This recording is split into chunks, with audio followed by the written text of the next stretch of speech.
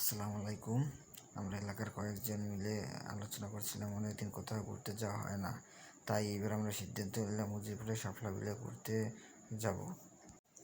তাই আমরা 10 জন মিলে গত সোমবার 1000 টাকা দিয়ে একটা মাহিন্দ্রা ভাড়া করে উজিরপুরে শাপলা বিলের উদ্দেশ্যে গরু নদী থেকে ভোর 6টায় রওনা দিলাম। গোলজারা বাইপাস ব্রিজ থেকে পয়সারহাট থেকে বাগদা হয়ে সকাল 6টা 50 মিনিটের সময় আমরা শাপলা বিলের ঘাটে এসে পৌঁছাই। ঘাট থেকে 800 টাকা দিয়ে নৌকা ভাড়া করে আমরা বিলের ভিতরে যাওয়ার জন্য রওনা দেই। আমাদের পাশের নৌকায় এশিয়ান টিভির এক সাংবাদিক ভাই শাপলা বিলের ভিডিও করতে আসে এবং বিভিন্ন লোকের কাছ থেকে শাপলা বিল সম্পর্কে ইন্টারভিউ নেয়।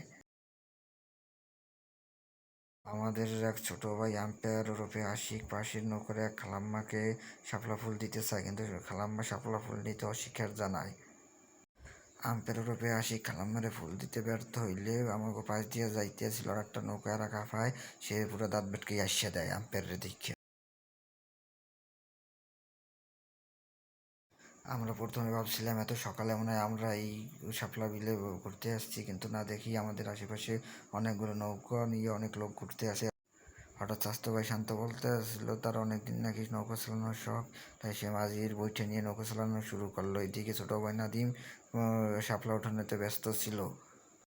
এইদিকে ভাগ্নে আজিজুল সবারই দেখাইতেছিল সে তার নানির জন্য কয়টা শাপলা ফুল নিছে।